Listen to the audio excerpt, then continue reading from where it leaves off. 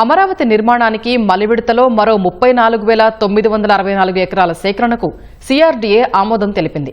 తొలి విడతలో ఇచ్చిన ప్యాకేజీనే దీనికి వర్తించనుంది. అలాగే రాజధానిలో 58 ఎకరాల్లో పీపీఏ విధానంలో నివాస మిశ్రమ అభివృద్ధి ప్రాజెక్టులు చేపట్టాలని అథారిటీ సమావేశంలో నిర్ణయించారు.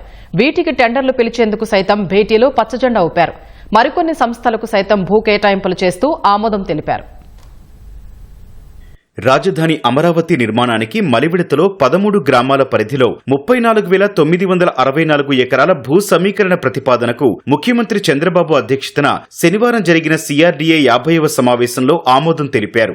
దీనిలో పట్టా భూమి 26,369.5 ఎకరాలు, ప్రభుత్వ భూమి 5,207.42 ఎకరాలు ఉంది. మిగతావి అసైన్డ్ ఇతర కేటగిరీల భూములు. ఈ భూముల సమీకరణకు 16 ప్రత్యేక యూనిట్లు ఏర్పాటు చేయబోతున్నారు. 16 మంది డిప్యూటీ కలెక్టర్లు, 16 మంది తహసీల్దార్లు సహా పలువురు అధికారుల్ని నియమిస్తారు. 5,000 ఎకరాల్లో అంతర్జాతీయ విమానాశ్రయం, 2,500 ఎకరాల్లో అంతర్జాతీయ క్రీడానగరం, 2,500 ఎకరాల్లో స్మార్ట్ ఇండస్ట్రీస్ ఏర్పాటుకు ప్రభుత్వం ఈ భూముల్ని సమీకరించనుంది. ఇప్పటికే గ్రామ సభలు నిర్వహించగా భూములిచ్చేందుకు రైతులు అంగీకారం తెలిపారు. రాజధాని అమరావతిలో 33,000 ఎకరాల సమీకరణకు అమలు చేసిన ప్యాకేజీనే మలివిడత భూ సమీకరణకు వర్తింపజేస్తూ ప్రభుత్వం ఇప్పటికే ఉత్తర్వులు జారీ చేసింది. మొదటగా 20,494 ఎకరాల భూ సమీకరణకు సిఆర్డీఏ ఆమోదం తెలిపిందని మంత్రి నారాయణ తెలిపారు. 34,000 ఎకరాల రైతుల దగ్గర తీసుకున్నాం. దాని విలువ నిలవాలన్నా, విలువ పెరగాలన్నా ఎకనామిక్ యాక్టివిటీ ఉండాలి. హైదరాబాద్ నగరం ఆ విధంగా డెవలప్ అయిందంటే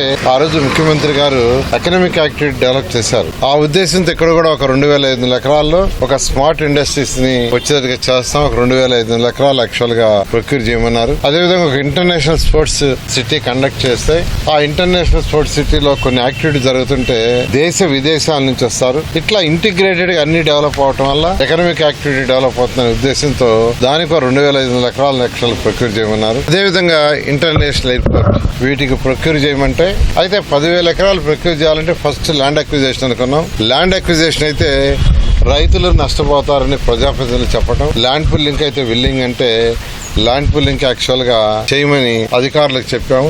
7 గ్రామాలు ల్యాండ్ పుల్లింగ్ మమ్మల్ని ఈరోజు అథారిటీ సిఆర్డీకి యాక్చువల్ గా యాక్సెప్టెన్స్ ఇచ్చింది. దాని అది సుమారుగా 20,494 అంటే అన్ని ఒకేసారి కాకుండా 1 by 1 చేస్తామని యాక్చువల్ గా అధికారులు చెప్పారు. అమరావతిలో అంతర్జాతీయ విమానాశ్రయం నిర్మాణంపై కేంద్రంతో సంప్రదింపులు జరపాలని అధికారులకు సీఎం ఆదేశించారు. రాజధానిలో ఏ ప్రాజెక్టు ఆలస్యం కావడానికి వీల్లేదన్న సీఎం కొత్త ప్రాజెక్టులకు వేగంగా అనుమతులివ్వాలని స్పష్టం చేశారు. నిర్మాణ పనులు సరిగా చెయ్యని సంస్థలకు నోటీసులిచ్చి వివరణ తీసుకోవాలన్నారు. గడువులోగా నిర్మాణాలు పూర్తి చేసేలా నిర్దేశించాలని తెలిపారు. మరోవైపు రాజధానిలో 7 సంస్థలకు కొత్తగా 32.40 ఎకరాలు కేటాయించారు.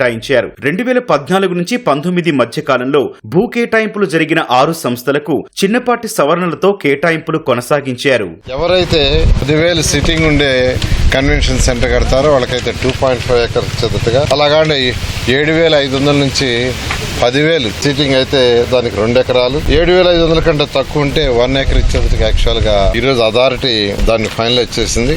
సెంట్రల్ బ్యూరో ఆఫ్ ఇన్వెస్టిగేషన్ కి 2 ఎకరాలు, geological survey of India 2 acres, state forensic science lab కి 5 ఎకరాలు, ఆంధ్రప్రదేశ్ కోఆపరేటివ్ బ్యాంక్ లిమిటెడ్ కి 0.495 ఏకర్స్, అదేవిధంగా గోపీచంద్ బ్యాడ్మింటన్ అకాడమీకి 12 acres, international cricket academy MSK Prasad గారికి 12 ఎకరాలు, ఇన్కమ్ ట్యాక్స్ డిపార్ట్మెంట్ కి మరొక 2 ఎకరాలు, సెంట్రల్ బ్యాంక్ ఆఫ్ ఇండియాకి 0.4, ఏపీ గ్రామీణ బ్యాంక్ 2 ఏకర్స్, సబ్సిడీ ఇంటెలిజెన్స్ బ్యూరోకి 0.5 acre, bureau of immigration ministry of home affairs వాళ్ళకి 0.5 ఏకర్, కిమ్స్ మెడికల్ కాలేజీకి 25 ఎకరాలు, బీజేపీ పార్టీ ఆఫీస్ కి 2 ఎకరాలు చేందుకు యాక్చువల్ గా అథారిటీ యాక్చువల్ గా సిఆర్డీకి యాక్చువల్ గా అప్రూవ్ చేయడం జరిగింది.